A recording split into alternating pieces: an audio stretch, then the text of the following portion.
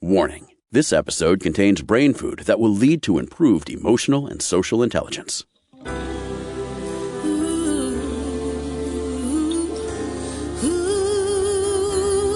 Give us 1 hour and we'll help you change the way you think about happiness. Harvesting Happiness with Lisa Cypers-Kamen is fresh, optimistic, and purpose-driven media that promotes well-being from the inside out. Each week, Lisa spotlights diverse trendsetters and change agents who are the greatest contemporary thinkers and doers, devoting their lives to creating a better world in which to live. Your host, Lisa Cypers-Kamen, is a widely recognized applied positive psychology expert, author, documentary filmmaker, and lecturer specializing in optimal lifestyle management. Let's get to it. Here's Lisa. Good morning, good afternoon, and good evening, wherever you are. Thanks for joining us on today's show, where you will learn about the science of happiness, strategies for life satisfaction. My first guest is Dr. Catherine Sanderson. Let's get to it. And my guest is Dr. Catherine A. Sanderson. She is the author of The Positive Shift, Mastering Mindset to Improve Happiness, Health, and Longevity. Welcome, Catherine. Thanks for joining us. I'm so glad to be here. Thank you for the invitation. Oh, my goodness. Yeah. Anybody that's writing shift-stirring material has a place on this show, and that's most definitely what you are doing. Talk a little bit about what brought you to write the book, because there are zillions of books about positive living out there, but this one is special. Why? Well, thank you. Thank you. I like to think so.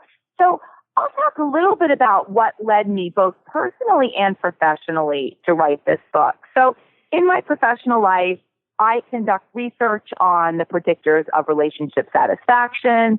I conduct research on a variety of health behaviors. And over the last about decades, the research in both of those fields that seemingly has really come together. So it used to be I had a line of research that looked at close relationships. I had a line of research that looked at health behaviors. And really within the last 5 to 10 years, it becomes very clear in the scientific data that those things are very intermingled, that people who are healthier have good relationships, that good relationships are an important aspect of having better physical well-being.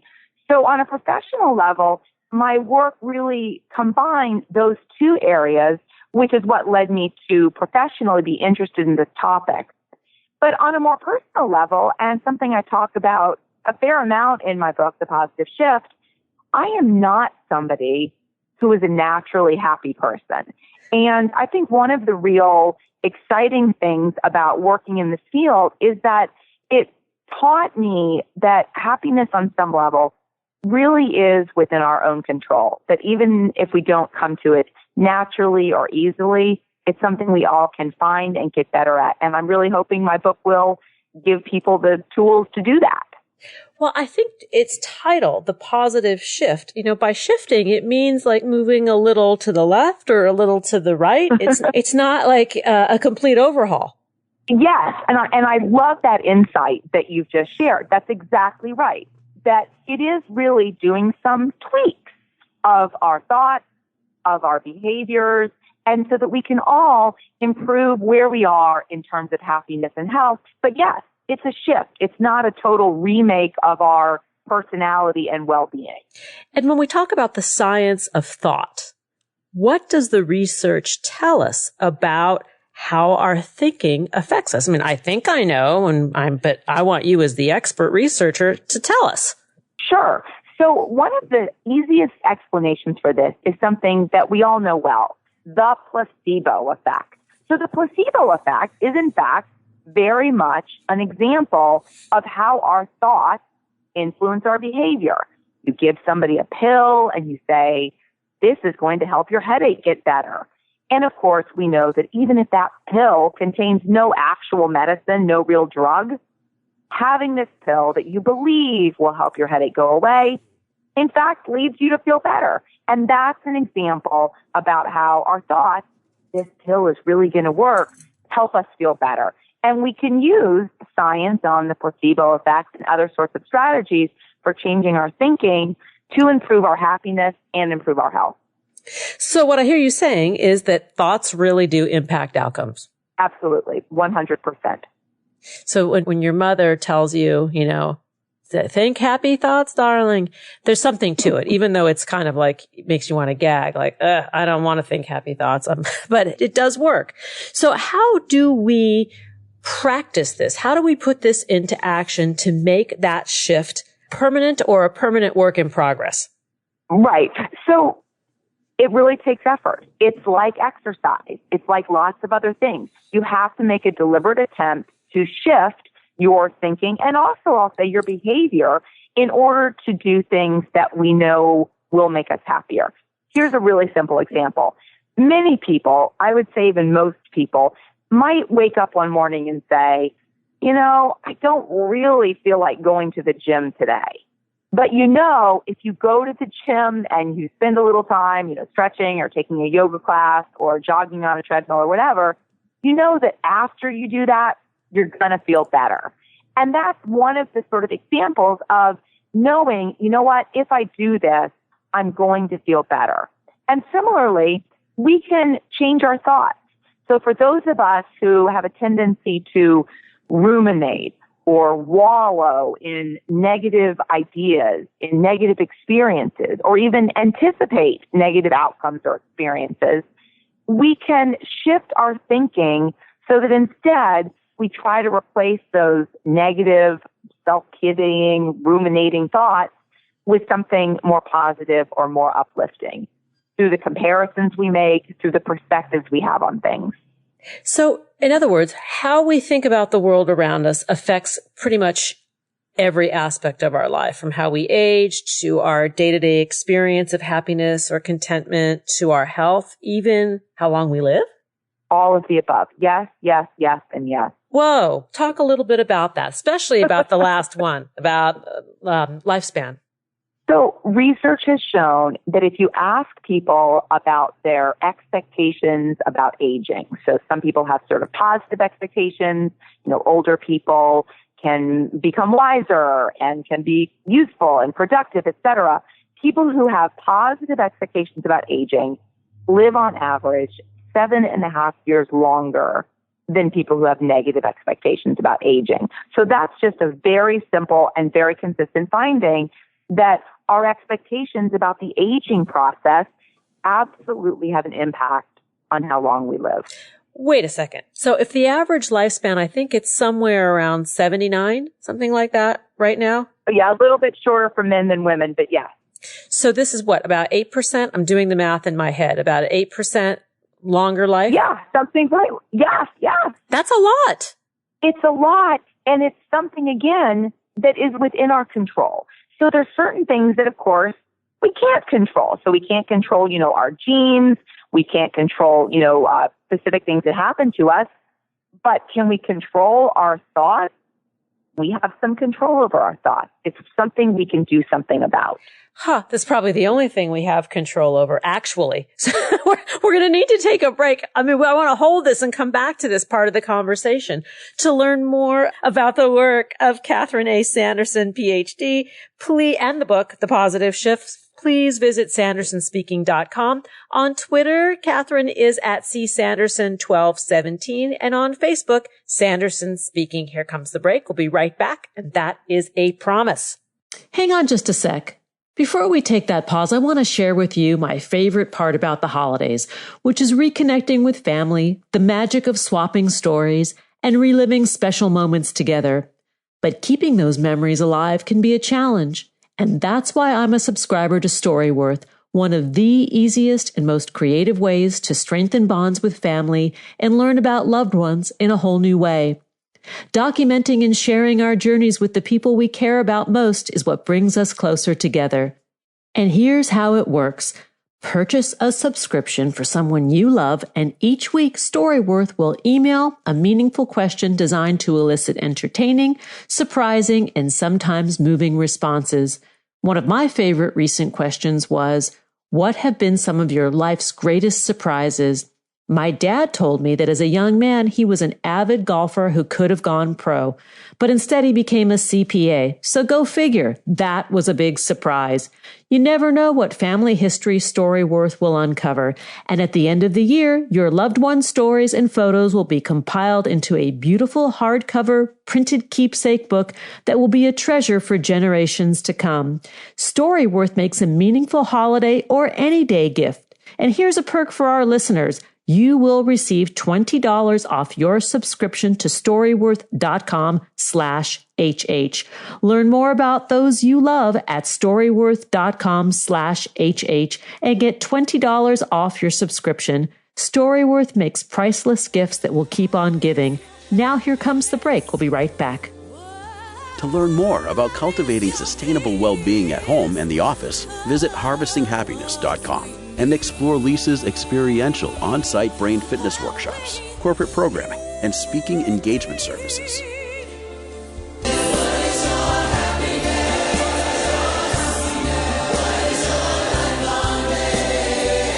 And we're back. Before we return to the conversation, I want to talk about how lifelong learning boosts creativity and human happiness.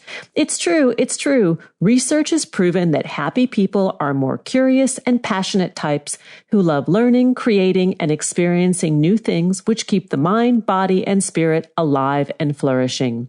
Today's episode is brought to you in part by Skillshare, igniting and fueling the creator in everyone. Skillshare is an online community of makers and knowledge seekers with thousands of amazing classes covering dozens of creative, professional, and entrepreneurial skills available on demand. So whether you want to gain new expertise, pick up a hobby, or challenge yourself to get outside of your comfort zone, Skillshare offers a ton of opportunities to expand and grow. Right now, I'm studying Storytelling for Leaders, How to Craft Stories That Matter, taught by Keith Yamashita, to enhance my communication skills. Creative expression is essential to my happiness because it keeps me engaged with life and allows me to be fully present in all that I do. What I love about Skillshare's unique virtual platform is that it allows and encourages online engagement with my teachers and fellow students. I get to see what other students are making and share what I've created. So why not join me and millions of other students on Skillshare? For a limited time, listeners of the show get 2 months of Skillshare for free. That's right. Skillshare is offering listeners 2 months of unlimited access for nothing, nada, zippo, free. What are you waiting for? Go grab some free knowledge at Skillshare.com/HH. Get inspired at Skillshare.com/HH. That's Skillshare.com/HH. Now let's get back to it. So Catherine, before the break, we were talking about how a positive mindset can impact our lifespan or extend our lifespan by as much as 7.5 years, which is astounding. Yes. That's a lot. It is. And what's particularly important about those findings is they control for other things statistically that you can imagine would impact lifespans, such as whether you smoke, how much you exercise, gender, etc. So it's controlling even for those other factors. We're still finding an additional benefit. Yeah, that is amazing. I had not heard that number, but I will never forget it now. Let's talk about social media and how it can make us feel both connected and disconnected. I'm glad that you referred to both of those aspects because that's exactly right. And what the research shows is that to some extent, social media really can hurt our happiness because we see all these images of people living these happy, glorious, positive, successful lives. And it can lead people to say, boy, my own life just really doesn't measure up. I'm not doing as well personally or, professionally, et cetera. So in some senses, social media can really make us feel lonely and more self-critical. Yeah. But social media also does have a role in bringing people together, that it's a way in which people may find support. It can be especially useful for people who are shy. It can also be especially useful for people who are suffering from things they may not have people in their daily lives be able to relate to.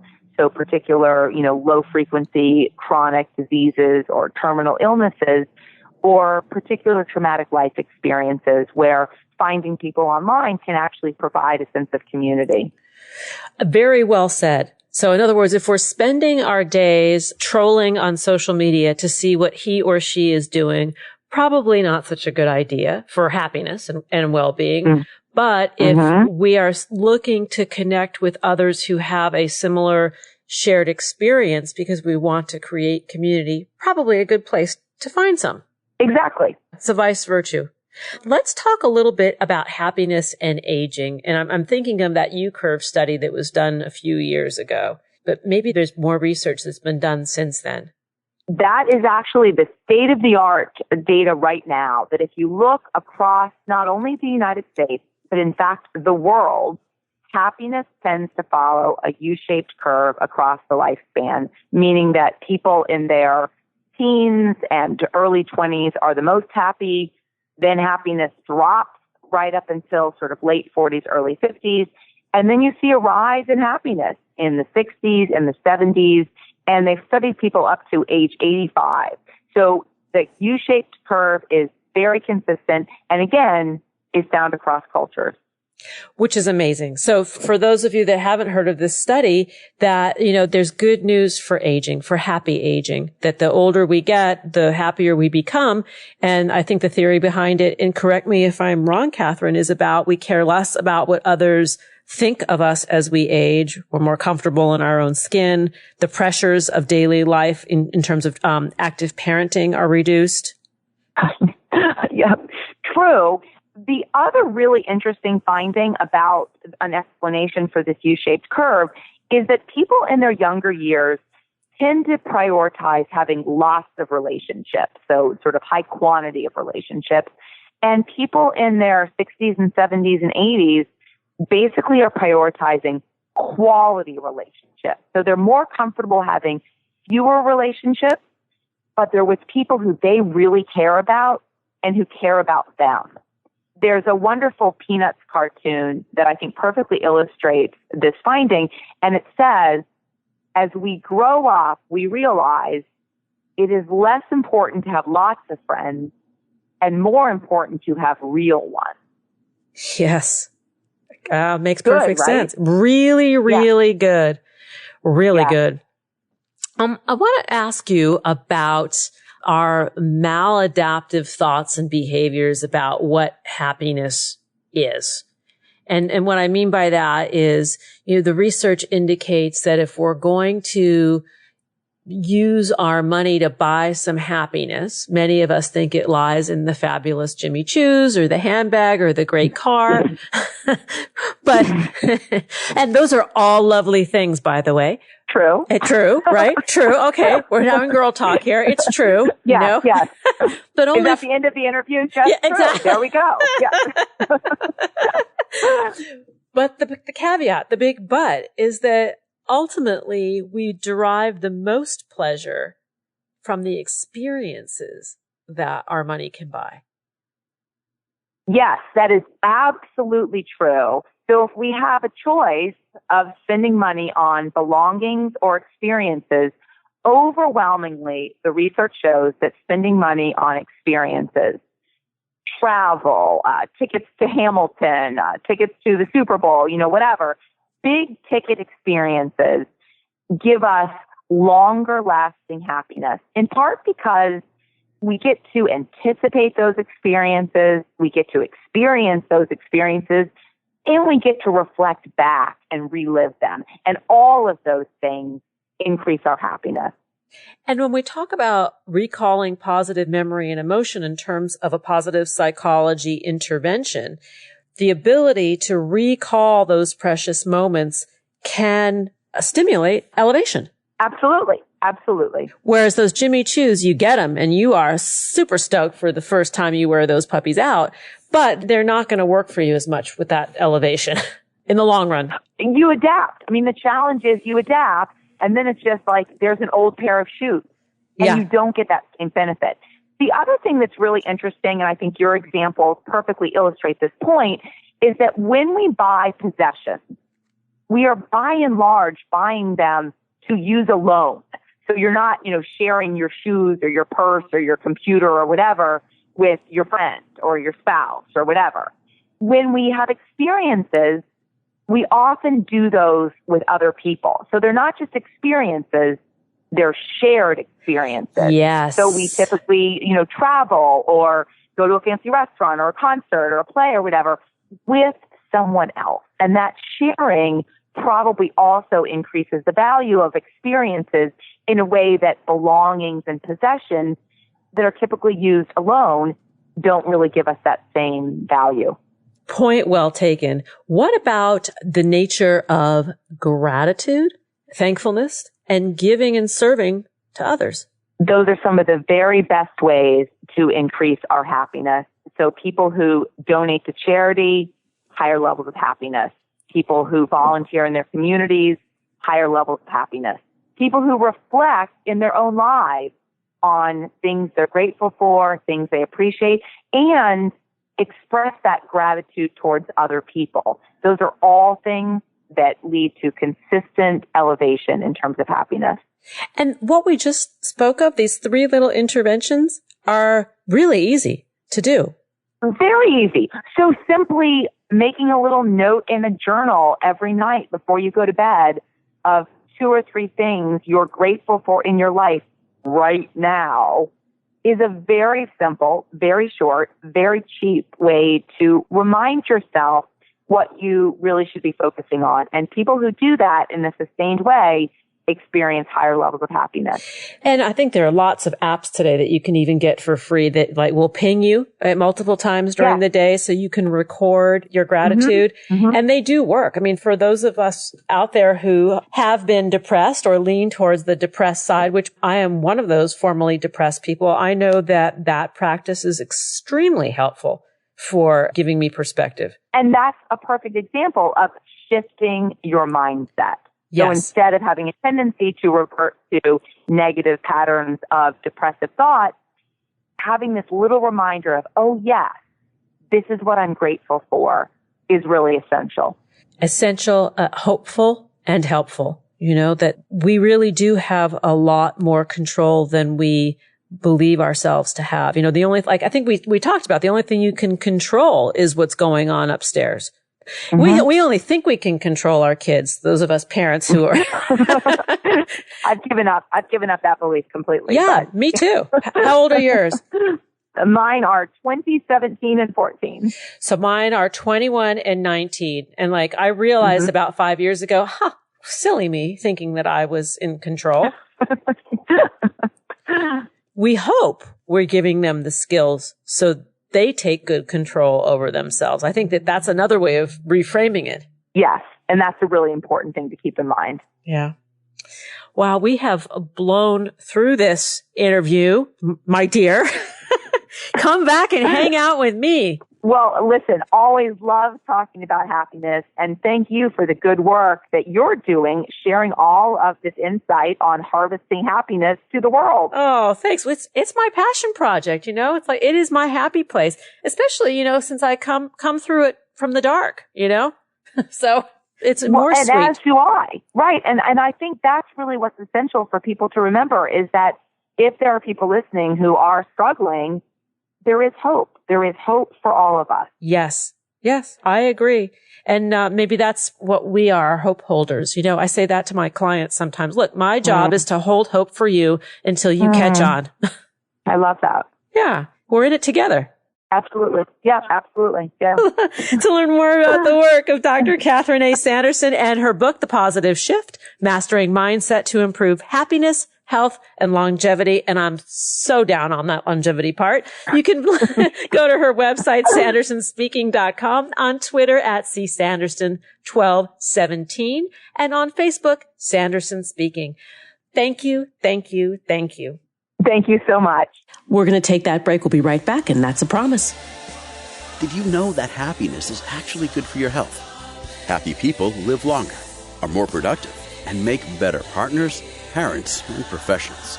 Connect with us on Facebook at Harvesting Happiness and follow Lisa on Twitter at Lisa Kamen for a daily dose of inspiration.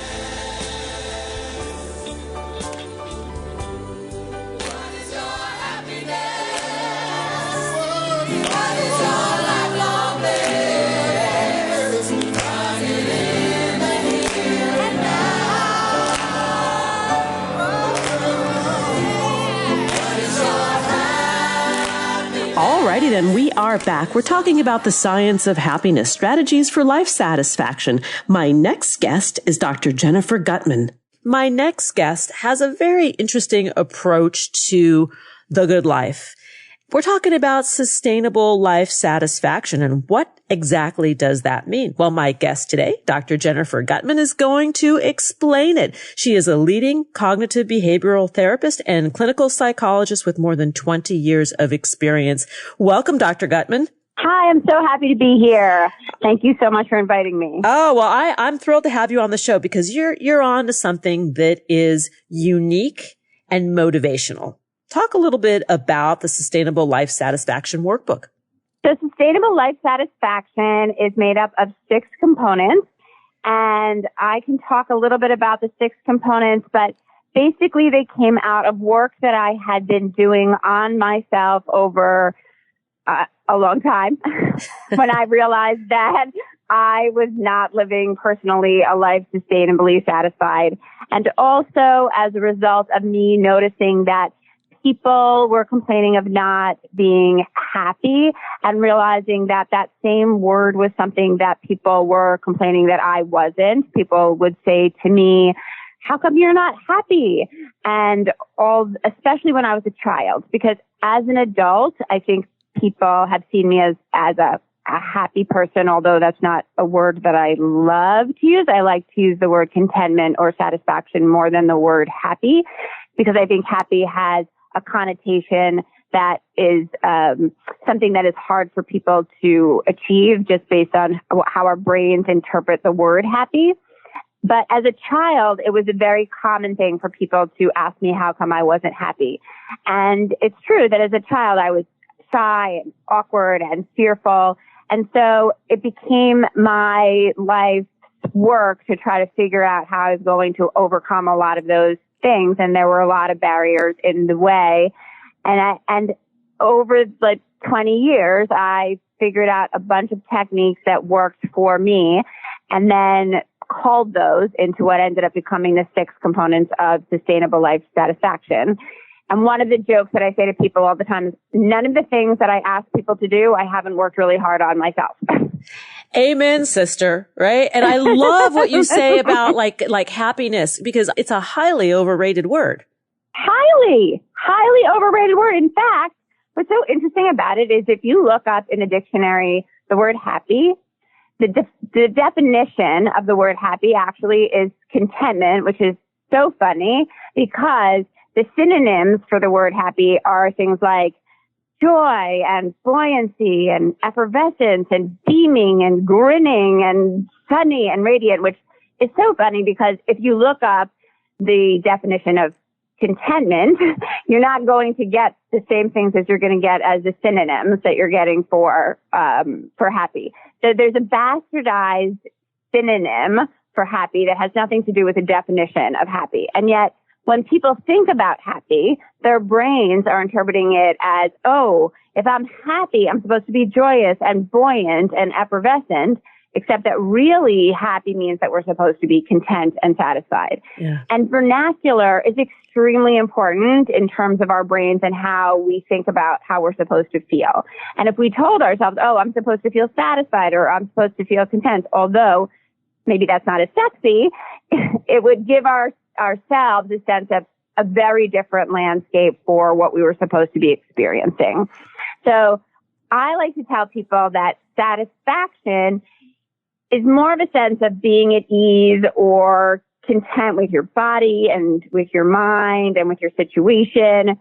It's that fulfilling feeling you get when you've done or you're in the process of executing something that you wanted to do, and the pleasure that you get from fulfilling your wishes and expectations that you have of yourself, which is a very different experience than just joyous or radiant, which is a much harder thing to have sustainably. Those experiences you can have in moments, but they are fleeting, whereas satisfaction is something that you can have in a more ongoing way. Let's talk for a minute about the 6 components of sustainable life satisfaction. What are they? So what they are is the first one is starting is easy, closing is hard. The second one is decision making. The third one is facing fears. The fourth one is reducing people-pleasing behaviors. The fifth one is avoiding assumptions. And the sixth one is active self-reinforcement. And I can tell you a little bit about each one of those if that would be helpful. Yeah, I want to hear about all of them, but I want to start with going backwards for a second. That you being the consumer of your own counsel, because that I think is really interesting and very empowering. You know, most of us who get into the helping businesses, you know, we do so, right? Yes. We come to this path because it resonates on some very deep core level. Yep. 100%. Okay. So for me, I had a terrible time making decisions as a kid. I was a huge people pleaser, very awkward, shy, didn't talk to a lot of people. I was extremely insecure, did not feel like I was lovable, couldn't imagine that if I didn't feel lovable, why anybody else would find me lovable or likable, and did not feel very effective in the world at all. And I sort of went out into the world like that, quiet, and spent a lot of time initially playing a lot of video games, which is kind of amusing because if somebody were to talk to you now and ask if I had ever played a video game in my life, people would be look like, at you. Jennifer played video games? And I can tell you that's true because I used to play asteroids in Pac-Man, which people would be like, she knew about asteroids. And Pac-Man. Well, we're dating ourselves because we know Pac-Man. I know, totally. So I did that, a lot of that through high school. And then when I got to college, I decided that instead of hiding, I needed to hide more in plain sight and pay a little bit more attention to what was going on around me. And maybe I'd learn more than just hiding. And that's what I did. And I started to come out of my shell a little bit more. And what I started to do at that point was face more fears. And that's where facing fears became one of the sustainable life satisfaction techniques that ended up being something that was incredibly important over the course of the rest of my life. And also something that became extremely important was me being authentic about myself, because a lot of what I had been doing up to that point was how was I going to live up to everyone's expectations of me? And what if people thought differently about me than I thought about myself? What if they thought that I should do something differently than I thought, be something differently than I thought? And how could I be true to myself and true to them? And was that possible? And oftentimes it wasn't. Yeah. And so that was a really hard and painful learning experience. And that's where a lot of the core component of decision making in combination with facing fears came. So it was at that point that I also was digging into learning about psychology, wanting to become a psychologist. And by the end of college, I had, decided that I wanted to apply for a doctoral program. And I actually got rejected from all of the doctoral programs that I applied to. And here again, life hits us with things that end up helping us organically become who we are. And a choice at that point was, okay, so I can lie down and decide that I'm not going to continue to pursue a doctoral program in psychology because every place rejected me, or I could figure out something creative and, continue to pursue this. So I tried to figure out creative angles so that I could apply again. And again, that becomes part of what ends up being sustainable life satisfaction. And I did apply again and I got rejected everywhere again. Whoa.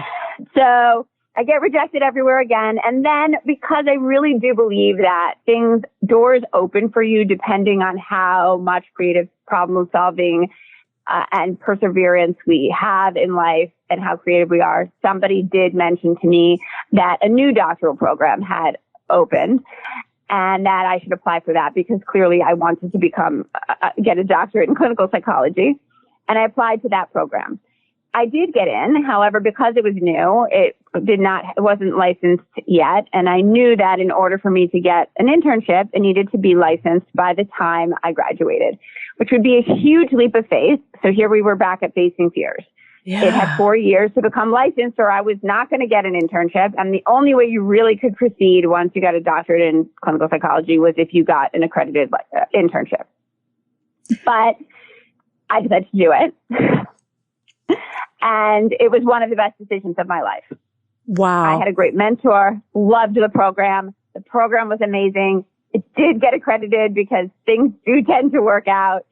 And then I got an internship that I loved, adored, and started me on a great path. But things in life do continue to hit you in order to, again, build up what is going to become who you are, because I did have a job after graduate school and tried to open a private practice, and that failed also. So failure is part of life, and figuring out how to respond to failure is part of life.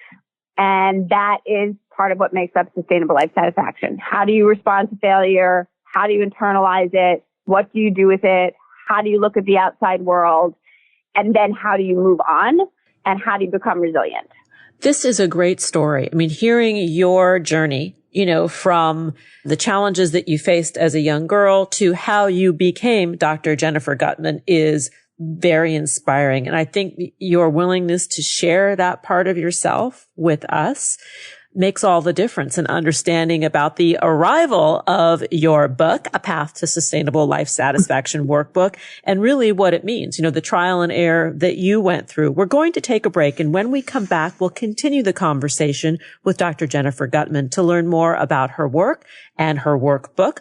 Please visit www.gutmanpsychology.com, on Twitter at Jennifer Guttman, and on Facebook, that page is Jennifer Guttman Psychologist. Here comes the break. We'll be right back, and that is an absolute promise. Who says money can't buy happiness? Whether you are a skeptic or seeker, check out Lisa's new book. Are we happy yet? 8 Keys to Unlocking a Joyful Life. A boot camp manual for greater emotional fitness is available at Barnes & Noble, Amazon, IndieBound, and HarvestingHappiness.com. Here's a truth bomb. Emotions are contagious, and happiness is a universally desired state. But we tend to forget that we all have the freedom to be happy or the liberty to be miserable each day, regardless of external circumstances. Explore the journey of human happiness, how to find it and keep it, with Lisa's documentary film, H Factor. Where is your heart? Visit HarvestingHappiness.com to learn more. Happiness,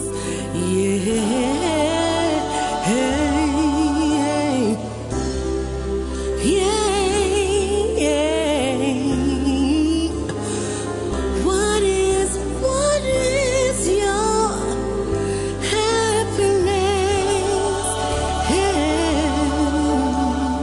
Welcome back. If you're just joining us now, I urge you to download and share this episode. Why? Because sharing is caring. It's kind, free, legal, available 24/7. And we're talking about the science of happiness with my guest today, Dr. Jennifer Guttman. Let's get back to the conversation.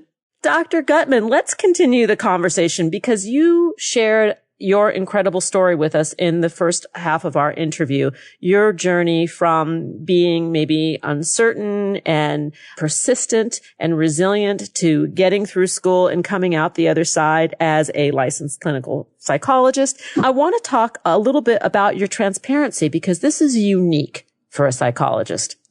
Thank you.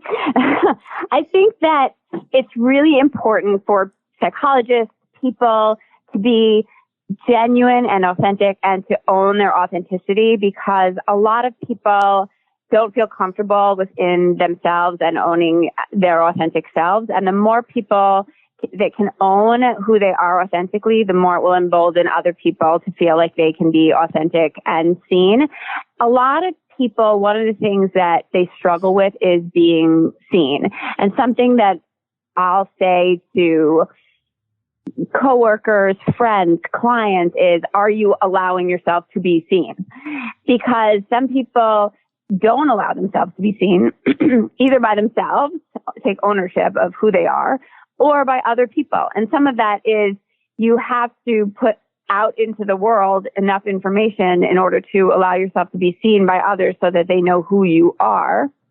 Yeah. And some of that is putting out who you are transparently. And sometimes I say to people, who you are may not be the first thing that someone loves. I mean, it may be that you are taking a path that somebody might not initially approve of, but the people that love you will come around because they love you.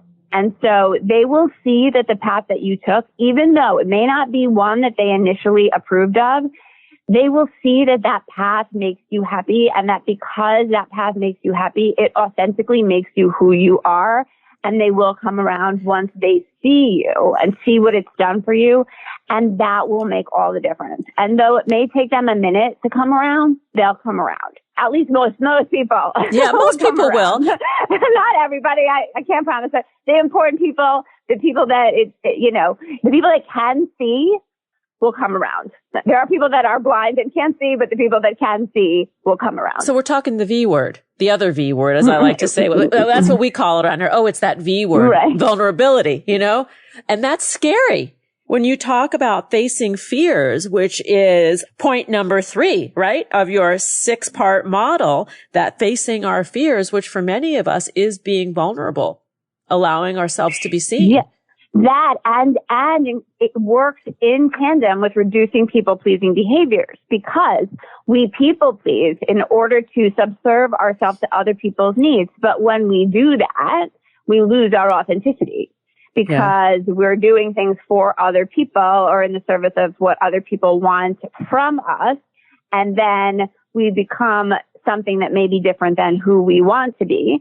By the same token, decision making is similar to that, in that we delegate decision making to other people. And when we delegate decision making to other people, we lose the ability to lean into what would be the decision I would make for myself.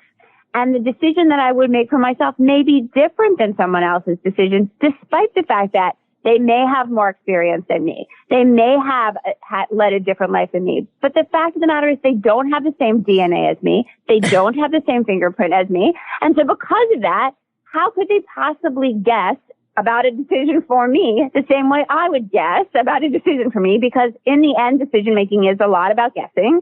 We hope we guess the best possible path for us. And if we don't, then we can creatively choose an alternative. But since it is about guessing, to assume someone with different DNA can choose for us is not really effective. And our authenticity lies in us learning to face fears to make decisions that are not people-pleasing. And that's why those 3 components go together in order to become sustainably satisfied.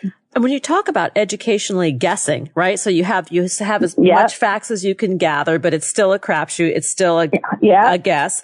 And you talk about delegating the decision making to others, but there are a lot of us that abdicate the decision making completely and allow it to just fall on circumstance. But in a sense, that abdication is a decision also. Oh, 100%. I say that to people all the time. I'm like, not making a decision is a decision. Yes, ma'am. Like, absolutely. Yes. When you decide to avoid a decision, that's still a decision. Yeah. The absence of a decision is a decision. So you could pretend to yourself that it's not, but it is. Or he's making me, or she's making me. No. Right. Excuse me. Right. No, right. No one's making you. Those are all still decisions. Those are all still decisions. It's just that you want to be able to look back on that and then not feel like you are taking ownership for it. But you do still have to take ownership for the fact that you chose not to make the decision. Like in that, there is ownership in that. The fact that you let it go by, there is ownership that you have to take in the fact that you let it go by. And therein lies the sort of marquee. You own your life. What are you going to do with it? Yeah, and in that, when you learn to own your life, in that is so much. There's self-confidence in that. There's lovability in that. There's self-worth in that. There's self-respect in that. There's so many things in that those are the building blocks of feeling sustainably satisfied. When you don't build all those things, there's no way people can feel satisfied. You know, I'm thinking about the story that you told in the first half of our interview, and I am really touched by it because it's like I close my eyes as you're telling the story and I see the struggle that you portrayed that you were going through, and the fact that you were triumphant at the other side, which there's no reason why you wouldn't be, right? You are resilient, hardy, smart, and you got it done. But it makes me feel more connected to you. We don't know each other, but this model that you've presented, it through your work, the sustainable life satisfaction process is kind of magical. Thank you. That's how I feel when I tell people, I'm like, it really does work. And one of the things that I coined, like when you become good at it, and if you use all of the strategies together, because they really do work in tandem, they really do work together. One does lead and bleed into the next one, and they organically move together like an organism. And when you can use them all together, I coined a word called defiantly resilient. And I would consider myself defiantly resilient for things that have sort of knocked me down and forced me to get up. And I have tons of stories like that because that is life. And I'm not absent from life like anybody else. There's plenty of things I've tried and it didn't work out and I had to try again. And so the way that I think about defiant resilience is that once you have it, then you know that you can bounce back from adversity with positivity and strength and the ability to see that like you can charge ahead with a good outlook because you can problem solve the next situation again, and you can problem solve it with the authenticity that you bring to the situation without listening to how somebody else would handle it because you know you and you got it. Yeah. Oh, I love it. Defiantly resilient. You know, and that's got that touch of badassery in there too. Exactly. Exactly. It's good. Exactly. Like when I had pulmonary embolisms and I was in the hospital for a while and, you know, then they tell you, you know, when you're allowed to go back to work. And my feeling about it is like, okay, I get that the textbooks say this is when you're allowed to go back to work, but I live inside of me. And only I know when I can go back to work. And if I say I can go back to work sooner, then I can go back to work sooner. And that's where the whole defiantly resilient thing comes in. It's like the badass part of me. Like, I'll tell you when I can go back to work. Wait a sec. Question. Did Dr. Jennifer Gutman go AMA? Exactly. That's serious, girl. That's funny. Oh my gosh, we are nearly out of time. I want to make sure that we do a wrap and recap the sustainable life satisfaction model. But I also wanted to, something popped into my mind as you were talking that failure is really an invitation to a different strategy, right? 100%. It's an invitation to find a door. There's always a door. There's never a room with no exit. You just have to have the flexibility of thought, calmness of mind, and the creativity to find the door, and you will find it. If you panic, you won't find the door, but there's never a room with no exit. Failure just means a new path. Love this. Love this. My guest today has been Dr. Jennifer Gutman. Quickly, before we go, Dr. Gutman, go through the 6 points again of your book, A Path to Sustainable Life Satisfaction Workbook. Number 1, starting is easy, closing is hard. Number 2, decision making. Number 3, facing fears. Number 4, reduce people-pleasing behaviors. Number 5, avoiding assumptions. And number 6, active self-reinforcement. And the end result will render you a defiantly resilient. Exactly. To learn more about the work of Dr. Jennifer Gutman, please visit her website, www.gutmanpsychology.com. On Twitter, you can find her at Jennifer Gutman. And on Facebook, the page is Jennifer Gutman Psychologist. Oh my gosh, you have been a delight. I so appreciate you and the work that you've done. Oh, this has been so much fun. Thank you so much. I had so much fun. Me and thank too. you to your audience as well. Me too. Here comes the break. We'll be right back. Thanks for joining us on Harvesting Happiness. This is Lisa Cypers Kamen and my guest today, Dr. Catherine Sanderson, PhD, and Dr. Jennifer Gutman, wishing you kind thoughts, kinder words, and the kindest of actions. Until next time, remember, happiness is an inside job. Happiness is your inside job. Go out and rock your day.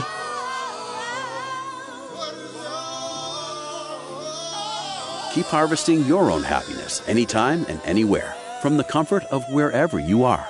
Subscribe, listen, and share hundreds of downloadable episodes via our free app or from our libraries at toginet.com, iTunes, Google Play, and other fine podcast platforms. To learn more about Lisa's global consulting services, please visit harvestinghappiness.com. Spread more joy by liking us on Facebook at Harvesting Happiness and following Lisa on Twitter at Lisa Kamen. Harvesting Happiness is produced in collaboration with TogiNet Radio, KBUU Radio Malibu.net, and is available on PRX, the Public Radio Exchange.